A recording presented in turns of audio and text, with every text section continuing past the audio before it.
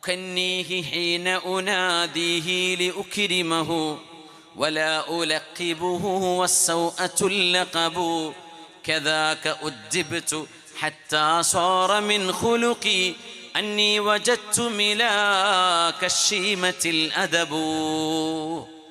ഒരു മനുഷ്യൻ്റെ സ്വഭാവത്തിലെ ഏറ്റവും നല്ല സ്വഭാവം അവർ ഫസ്റ്റ് റാങ്ക് വാങ്ങിക്കലല്ല. പരീക്ഷ നടക്കുന്ന കാലം എല്ലാവർക്കും ഫസ്റ്റ് കിട്ടാൻ വേണ്ടി തോർക്കാനാണ് പറയണത്. അപ്പോൾ ക്ലാസ്സിൽ എല്ലാ കുട്ടികളും ഫസ്റ്റ് ആവില്ലല്ലോ, ഒരാൾക്കേ ആവുള്ളൂ.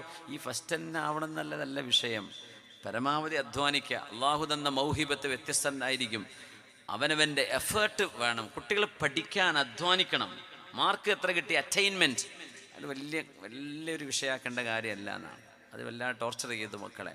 അവരധ്വാനിക്കണം, ഹാർഡ് വർക്ക് ചെയ്യണം, പഠിക്കാണ്ട് നടക്കരുത്. അതാണ് കിട്ടേണ്ട കൾച്ചർ, എഫേർട്ട്. നമ്മളൊക്കെ, ഞാനിപ്പോൾ സ്കൂളിൽ പഠിപ്പിക്കുന്ന അധ്യാപകനാണ്. നമ്മൾ എഫേർട്ടാണ് നോക്കുക. അറ്റൈൻമെൻറ്റും എഫേർട്ടും തമ്മിൽ മാച്ച് ചെയ്യുക.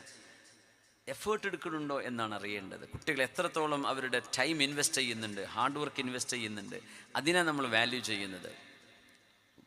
പഴയ സിസ്റ്റമാണ്, മാർക്ക് തോന്നെ കിട്ടുമ്പോൾ മാത്രം നല്ല കുട്ടി. പക്ഷെ ആ മാർക്കോടുകൂടെ നല്ല സ്വഭാവമില്ലെങ്കിൽ കാര്യമുണ്ടോ, അദബില്ലെങ്കിൽ കാര്യമുണ്ടോ?